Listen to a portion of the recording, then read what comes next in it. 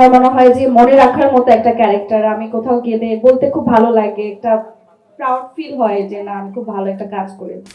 চিন্তা করেছে যারা নতুন নতুন বিয়ে করেছে তারাও থাকে না যে একটু রোমান্টিক হয়ে গেছে। সেই যে এই পরিবারটা দেখে মনে হচ্ছে যে আজকে আমরা আরেকটা এপিসোডে শুটিং করে ফেলি।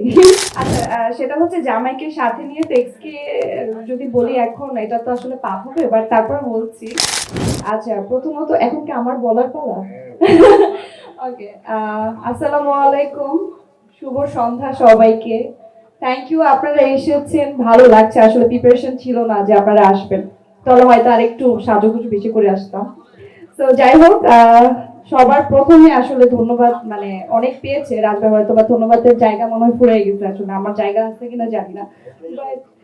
রাজভাইয়া ধন্যবাদ, থ্যাংক ইউ সো মাচ। এত সুন্দর একটা ক্যারেক্টার আপনি আমাকে দিয়েছেন, যেটা আসলে আমার মনে হয় যে মনে রাখার মতো একটা ক্যারেক্টার। আমি কোথাও গেলে বলতে খুব ভালো লাগে, একটা প্রাউড ফিল হয় যে না আমি খুব ভালো একটা কাজ করেছি।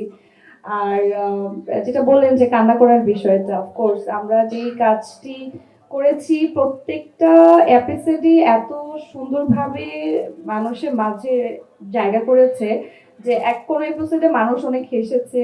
আমাদের রোমান্টিক সিনগুলো দেখে মানুষ চিন্তা করেছে যারা নতুন নতুন বিয়ে করেছে তারাও থাকে না যে একটু রোমান্টিক হয়ে গেছে। এন্ড তার পাশাপাশি লাস্ট যে এপিসোড গুলো ছিল, লাস্ট দুই তিনটা, সবগুলোই মানুষের হৃদয়কে এত সুন্দরভাবে ছুঁয়েছে, মানুষ আবেগে কান্না করেছে। এটা আসলে আমরা আর্টিস্ট হিসেবে আমাদের জন্য সবচেয়ে বড় পাওয়া। আমরা তো এটাই চাই যে যে কাজটি আমরা করব সেই কাজটি দর্শক খুব ভালোভাবে দেখুক, এবং সেটাও হয়েছে। আর কোর্স এর পাশে এই যে সামিরকে পেয়েছি, আমাদের জুটিটাকে মানুষ এত সুন্দরভাবে গ্রহণ করেছে, অনেক ভালো রেসপন্স পেয়েছি। এই ব্যাপারে আসলে তোমারও তো ভালো লেগেছে অফকোর্স। আর তার পাশাপাশি এই যে এই পরিবারটা দেখে মনে হচ্ছে যে আজকে আমরা আরেকটা এপিসোডে শুটিং করে ফেলি।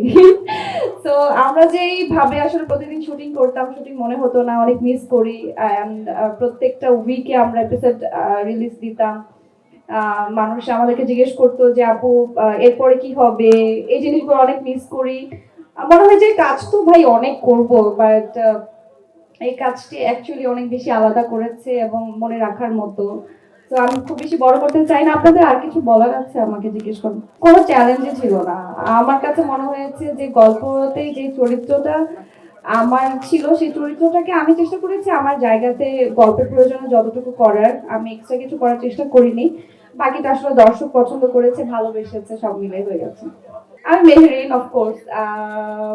কেয়া পায়েলের বাইরেও এই যে মানুষ যে আমাকে মেহরিন ভাবে চিনে, মানুষ যে আমাকে মানে আমার যেমন আমার নিজস্ব যে সেলুন আছে ওখানে আমি আজকেও যখন গিয়েছি বলছে আপু আজকে আপনাকে কিন্তু মেহরিনের মতো লাগছে। মানে মেহরিনের যে যে আলাদা একটা, মানে এই যে যে একটা আলাদা ক্যারেক্টার, তার যে একটা নিজস্ব অরা, সে যেভাবে কথা বলেছে, ফ্যামিলির প্রতি যে ভালোবাসাটা, এই জিনিসটা আসলে মানুষের মাঝে যেভাবে রয়েছে আমি চাই ওইভাবে থাকুক। আচ্ছা, সেটা হচ্ছে জামাইকে সাথে নিয়ে টেক্সকে যদি বলি এখন এটা তো আসলে পাপ হবে, বাট তারপর বলছি। সেটা হচ্ছে যদি কাউকে ভালোবাসি, সেই ভালোবাসার মানুষকে কখনো ভোলা যায় না। তো হয়তো সেটা প্রকাশ করবো